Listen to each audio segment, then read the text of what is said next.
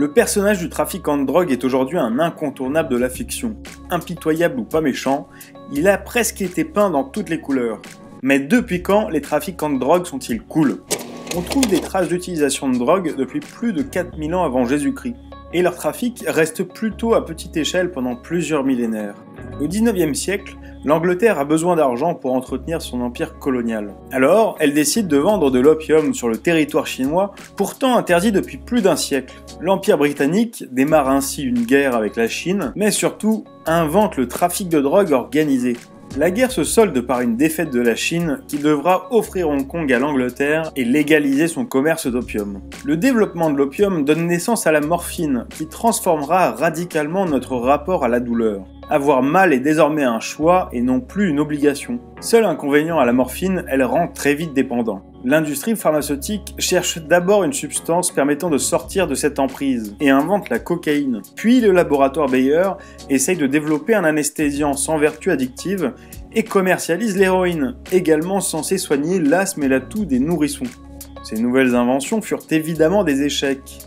Et cela ne prendra pas longtemps avant que les dérives ne se multiplient et deviennent un fléau social qui finit par obliger les États à encadrer la distribution de drogue.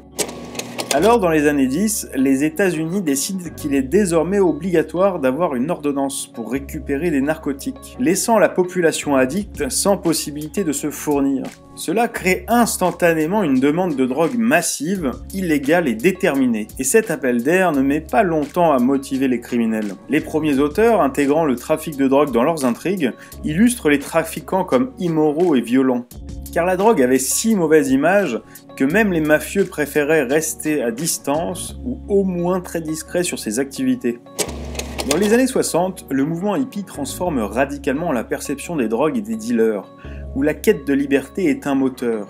Le film Easy Rider marque cette utopie en illustrant des dealers qui revendent de la cocaïne pour partir à la recherche du bonheur, mais surtout en apportant de la nuance sur l'image du trafiquant de drogue comme n'étant pas que des personnages immoraux et violents. Il révolutionne le genre et ouvre la voie à des personnages comme Walter White de Breaking Bad ou Nancy Botwin dans Weeds.